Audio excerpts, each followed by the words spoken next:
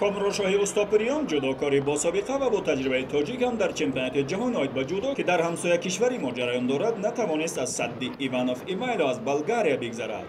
حریفی او که ماه مارس همین سال غالب چمپیونات کشور اروپا آید به جودو شده بود، کامرانشاه را از ادامه رقابت محروم کرد. هر دو هم رقابت را در دور یکم آغاز کرده، نخست هم دیگر را دوام 2 دقیقه سنجیدند و نتیجهش یک تنبیه به کامرانشاه شد.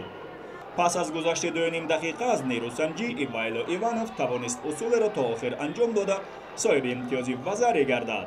این قوازمایی با همین برتریت ایوانوف ایوایلو به انجام رسیده کامرانشاه امکان ادامه رقابت را در چمپیونات جهان 2022 از دست داد.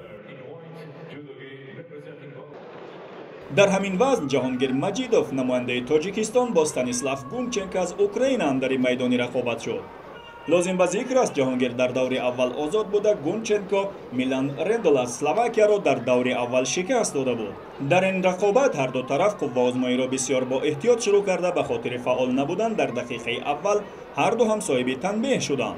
در دقیقه دوم هم جداکاران چندین تلاش کردند، اما در عموم کم فعالی ادامه داشت و دوباره داوری میدان به هر دو جانب یک تای دیگر تنبیه داد.